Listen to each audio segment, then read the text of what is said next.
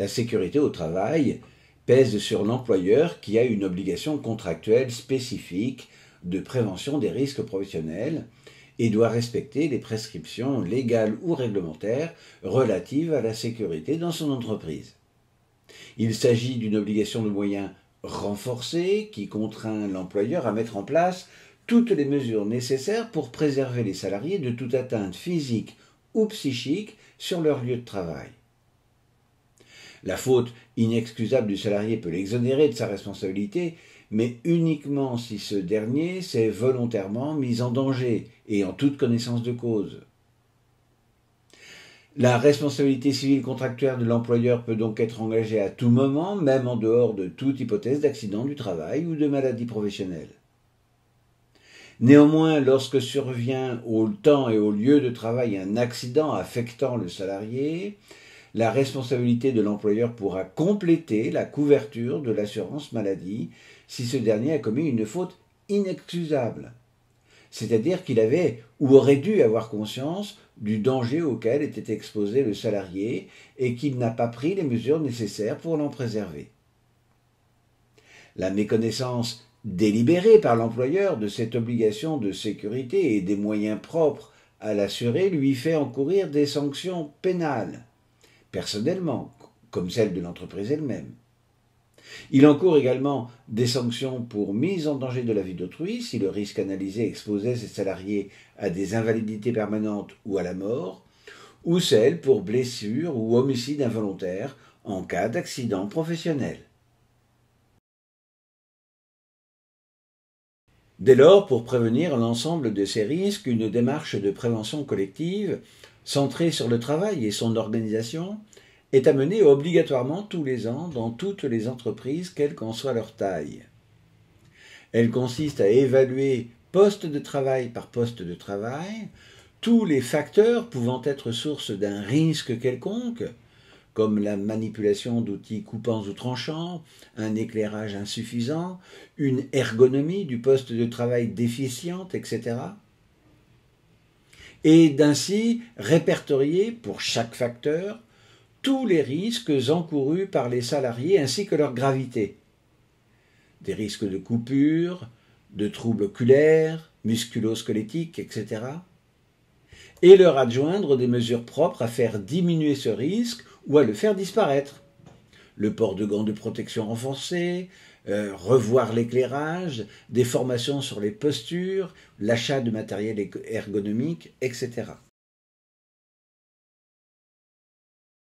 Tous ces éléments doivent être consignés dans un document dont le format ou la présentation n'est pas réglementé et qui va les inventorier afin de pouvoir en assurer le suivi et servir de base à de futures réflexions sur la sécurité dans l'entreprise. Ce document sera d'ailleurs complété ou alimenté de rapports qui auront pu être dressés à la suite d'enquêtes faites par une délégation du personnel chargée des questions d'hygiène et de sécurité dans l'entreprise,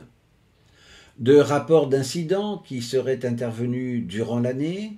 des notices jointes lors de l'achat des machines-outils par l'entreprise, des procès-verbaux de visite effectués par l'inspection du travail ou la médecine du travail de leur propre initiative ou suite à la demande de salariés, ou enfin de rapports qui auront pu être dressés à la suite d'enquêtes faites par des cabinets extérieurs. L'ensemble de ces éléments vont permettre d'identifier les mesures qui devront être mises en place et qui peuvent consister en des mesures d'information des salariés sur les risques encourus dans leur service ou à l'occasion de leur présence dans l'entreprise, information qui sera à réaliser au moment de l'embauche ou sur le temps de travail, la formation de salariés sur les gestes ou les postures de sécurité, les précautions d'emploi de certaines machines, les gestes de premier secours ou encore celles destinées à augmenter leurs connaissances ou compétences, dont la lutte contre l'illettrisme qui empêche la bonne compréhension de consignes écrites ou des panneaux d'affichage. Ces actions se feront en présentiel ou à distance sur le temps de travail, et si elles ont lieu à l'extérieur, les frais de déplacement et de restauration, voire d'hébergement, seront pris en charge comme des frais de mission. des actions permettant une meilleure ergonomie des postes de travail, la mise en place de signalétiques pertinentes, visuelles, tactiles ou sonores, la révision de protocoles de mise en sécurité des salariés et des locaux, ou encore des mesures liées à l'hygiène et la sécurité, ce qui peut passer par le règlement intérieur ou des notes de service, etc. Le document unique comprendra également l'échéancier des mesures qui indiquera la date prévue de leur mise en place et le ou les personnes désignées responsables de leur déroulement, un suivi de celles-ci pour en vérifier leur mise en œuvre, en analyser les conséquences, afin d'en vérifier l'efficience et l'efficacité. Ce travail permettra d'établir les facteurs de risque subsistants ou nouveaux et les actions à mener pour l'année suivante. Si, malgré tout, le salarié pense se trouver face à une situation dont il peut légitimement penser qu'elle mette sa vie ou sa sécurité en danger, voire celle de personnes présentes dans l'entreprise, le salarié peut exercer son droit d'alerte et refuser de prendre son poste de travail ou quitter celui-ci sans avoir besoin de l'accord de son employeur. Ce danger grave qui menace d'arriver rapidement peut trouver sa source dans un véhicule ou un équipement de travail défectueux, voire non conforme aux normes de sécurité, un processus de fabrication dangereux, l'absence d'équipement de protection collective ou individuelle, ou encore un risque d'agression. Ce danger n'a pas réellement besoin d'être objectivement réel, il suffit que le salarié en soit persuadé. Mais attention, le droit de retrait ne peut s'effectuer s'il met en danger d'autres personnes. Le salarié doit alors avertir immédiatement sa hiérarchie de sa décision et des raisons qui l'y ont poussé. Et même si aucune procédure spécifique n'est imposée par la loi, il est préférable de le faire par écrit ou de suivre celle prévue au règlement intérieur éventuellement.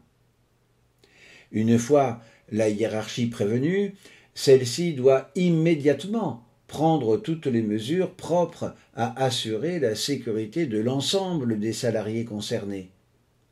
Un employeur qui exigerait la reprise du travail alors que persiste la situation commettrait une faute inexcusable en cas d'accident du travail qui s'ensuivrait. Mais en cas de divergence de point de vue sur la réalité du danger, le comité social et économique doit être réuni rapidement pour discuter de la situation et prendre les mesures les plus appropriées, en collaboration avec l'inspection du travail et la médecine du travail.